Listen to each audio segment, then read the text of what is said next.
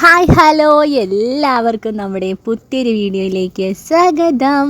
അപ്പം രാവിലെ ഒരു 7 മണി ആയിട്ടുണ്ടാവും കേട്ടോ ഞാൻ എണീറ്റപ്പോൾ. വേറൊന്നുമല്ല, ഭയങ്കര തണുപ്പ്, മഴ, ഒരു രക്ഷയില്ലാത്തൊരു കാലാവസ്ഥ. അപ്പം നമുക്ക് പുതച്ച് മൂടി കിടക്കാനാണെങ്കിൽ നല്ല അടിപൊളിയായിട്ടുള്ളൊരു ക്ലൈമറ്റ് ആയിരുന്നു കേട്ടോ. അപ്പോൾ അതുകൊണ്ട് 6 മണിയായപ്പോൾ കണ്ണൂർ നോക്കി, പക്ഷേ എണീക്കാൻ പറ്റുന്നില്ല. 8 മണിയായല്ലേ, 7 മണി പോട്ടെ, 6:30 ആയപ്പോൾ നോക്കി, അപ്പോൾ എണീക്കാൻ പറ്റണില്ല. അതുപോലത്തെ തണുപ്പ്. അപ്പം നമ്മൾ ഇത്രയും കൊതുകോലൊക്കെ ഇട്ടിട്ടാണ് കിടക്കുന്നത്. അപ്പം എന്നിട്ട് പോലും ഭയങ്കരമായിട്ട് തണുപ്പ് അകത്തോട്ട് കയറി വരികയാണ്. പിന്നെ ജനലൊക്കെ കർട്ടൻ കൂടാതെ വേറെ കർട്ടൻ ഇട്ട് മൂടി പൊതച്ച് അങ്ങനെയൊക്കെ കിടന്നിട്ടാണ് ഒരു രക്ഷയില്ല. ആ കുട്ടിക്ക് ചെറിയ ചുമയും ജലദോഷവും എല്ലാം ഉണ്ട്.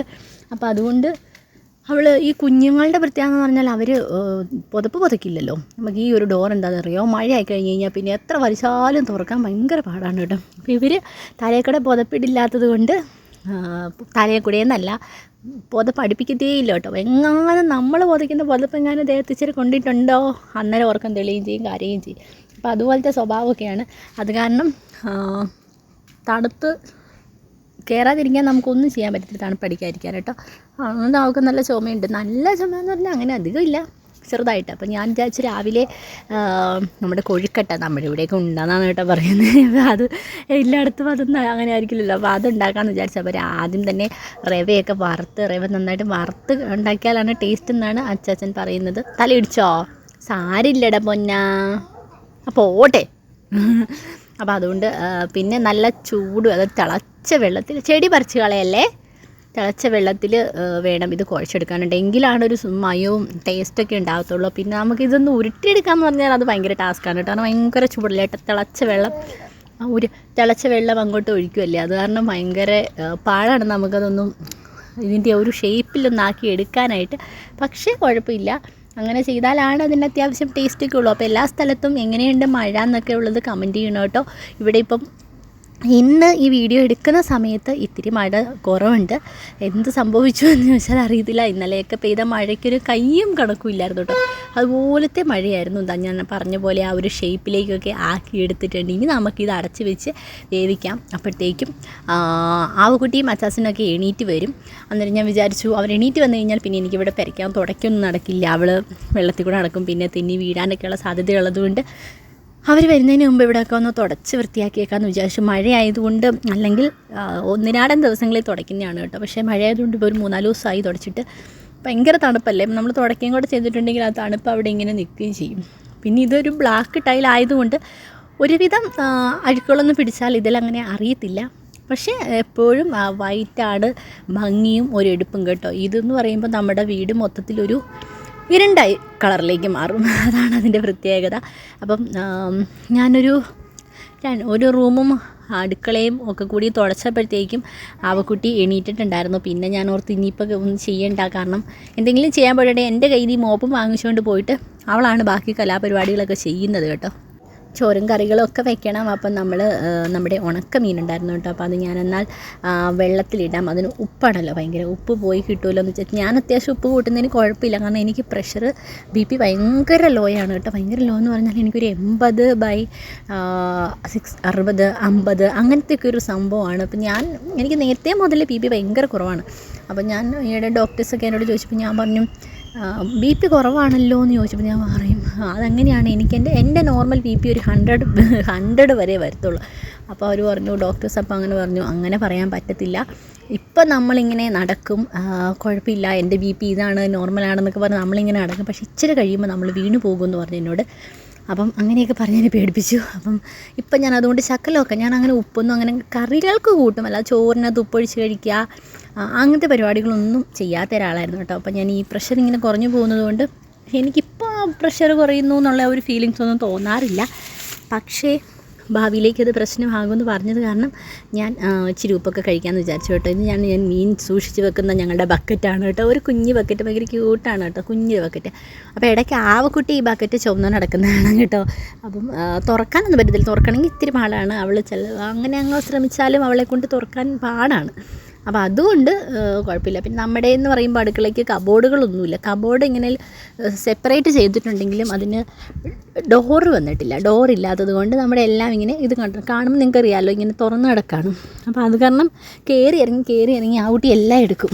നമ്മുടെ പാത്രങ്ങളായിക്കോട്ടെ എല്ലാ സാധനങ്ങളും അവൾ എന്താണ് കൈ കടത്താത്ത ഒരു ഏരിയ ഇവിടെ ഇല്ല കേട്ടോ. പൊക്കത്തിൽ വെച്ചാലും ഇനിയിപ്പോൾ കബോർഡ് ഉണ്ടെങ്കിലും അത് തുറന്നിട്ടായാലും അവളതൊക്കെ എടുക്കും കേട്ടോ. അപ്പം നമ്മുടെ ആവുട്ടി എണീറ്റ് വന്നിട്ട് ആവി പിടിക്കുകയാണ് കേട്ടോ. ഇപ്പം അവൾ കുഴപ്പമില്ല, എല്ലാ കാര്യങ്ങൾക്കും അത്യാവശ്യം കോപ്പറേറ്റ് ചെയ്യും. കുറച്ച് നേരമൊക്കെ ആവി പിടിക്കാനായിട്ട് നിൽക്കും. അത് കഴിയുമ്പം ആൾ ഭയങ്കരമായിട്ട് അലമുണ്ടാക്കാൻ തുടങ്ങും. നമുക്ക് കയറിപ്പോകാം. ഇപ്പം തന്നെ ആൾ അലമുണ്ടാക്കാൻ തുടങ്ങി. കയറിപ്പോകാം.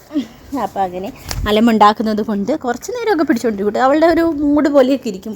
നല്ല മൂഡൊക്കെ ആണെങ്കിൽ കുറച്ച് നേരം പിടിച്ചുകൊണ്ടിരിക്കും. അപ്പോൾ രാവിലെ ചക്കക്കുരു മാങ്ങയും കറി വെക്കാമെന്ന് വിചാരിച്ച് ചേച്ചി കിട്ടേ ചക്കക്കുരു മാങ്ങയും ഇവിടെ റെഡി ആയിട്ടുണ്ട്. ഇപ്പോഴത്തെ ഒരു പ്രശ്നം ഞാൻ മാങ്ങ കിട്ടാനില്ലാത്തത് കൊണ്ട് ഇച്ചിരി ബുദ്ധിമുട്ടാണ്.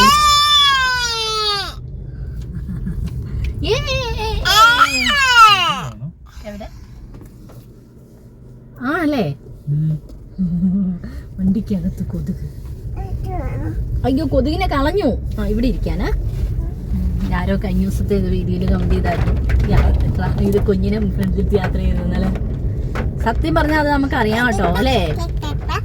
എന്നാലും ഫ്രണ്ടിലിരിക്കും ഡേഞ്ചറായിരുന്നു. അത് ഇവൾക്കിപ്പോ സെപ്പറേറ്റ് ഇരിക്കണം. മടിയിൽ നിന്ന് ഇറങ്ങി താഴെ സ്ഥലമുണ്ട്. ചച്ചിന്റെ ഗിയറിലാണോ കയറിയിരിക്കുന്നേ. ഞങ്ങളൊരു കുട്ടി ഷോപ്പിങ്ങിന് പോവാണ്. നല്ല മഴയാണ്. അപ്പം 5:30 ആയപ്പോൾ ഞങ്ങൾ പള്ളിയിൽ പോകാനായിട്ടൊക്കെ റെഡി ആയതാണ് കേട്ടോ. പക്ഷേ ഹെവി മഴ ആയതുകൊണ്ട് നമുക്ക് അവിടുന്ന് താഴെ വരെ ഇറങ്ങി വരണമെങ്കിൽ ഭയങ്കര ബുദ്ധിമുട്ടായതുകൊണ്ടും ഒരു കുടയുള്ളത് എന്നുള്ളത് കൊണ്ടും ഞങ്ങൾ വരവ് പള്ളിയിൽ പോയിട്ട് നടന്നില്ല. അപ്പം മഴ പള്ളിയിൽ പോകേണ്ട സമയം കഴിഞ്ഞപ്പോഴത്തേക്കും മഴ കുറഞ്ഞു. അതുകൊണ്ട് ഇപ്പം ഞങ്ങൾ എന്നാൽ കടയിൽ പോയി കുറച്ച് സാധനങ്ങൾ കുറച്ച് പരിപാടികളൊക്കെ ഉണ്ട്. അപ്പം അതൊക്കെ ചെയ്യാമെന്ന് വിചാരിച്ചിട്ട് കിട്ടായിരുന്നു. ഞങ്ങൾ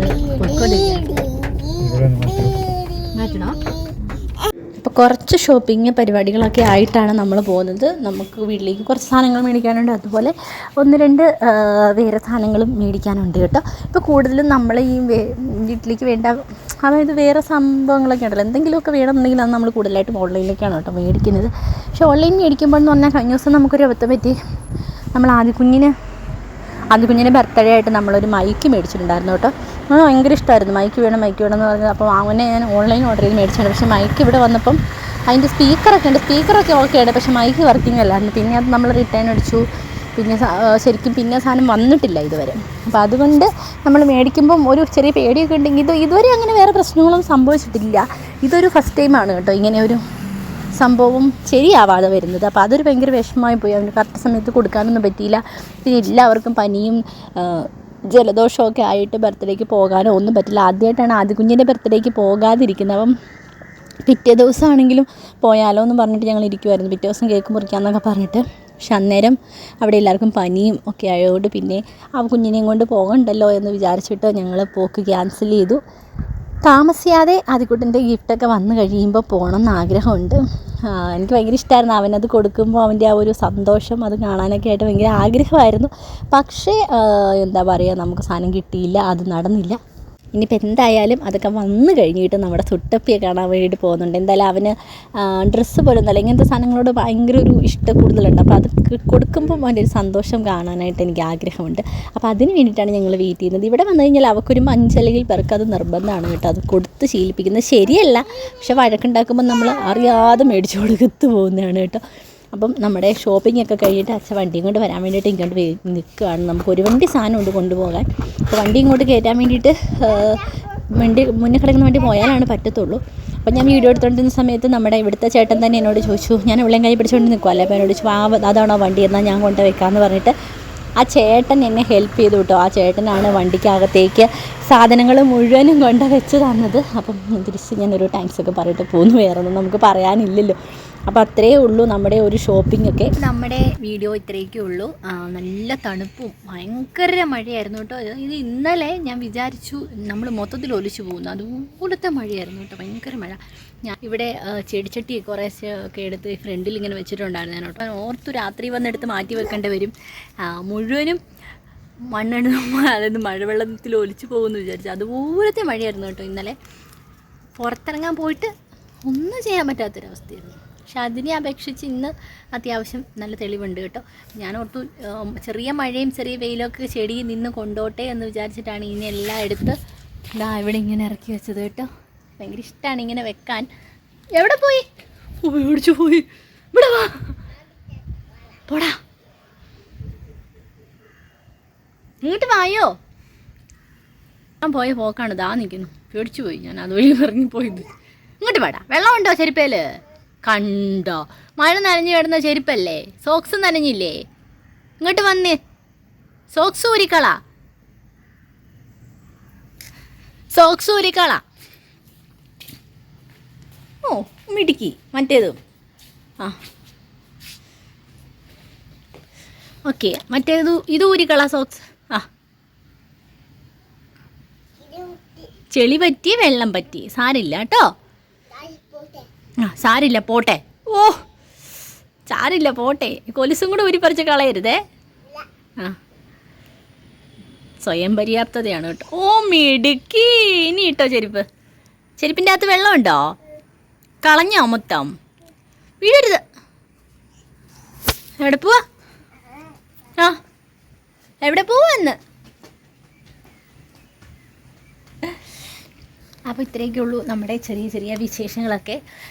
വീഡിയോ ഇഷ്ടപ്പെടുവാണെങ്കിൽ എല്ലാവരും ലൈക്ക് ചെയ്യുക, കമൻറ്റ് ചെയ്യുക, സബ്സ്ക്രൈബ് ചെയ്യുക. അപ്പം നല്ലൊരു വീഡിയോ ആയിട്ട് നാളെ കാണാം. അപ്പോൾ എല്ലാവർക്കും ടാറ്റാ, ബൈ.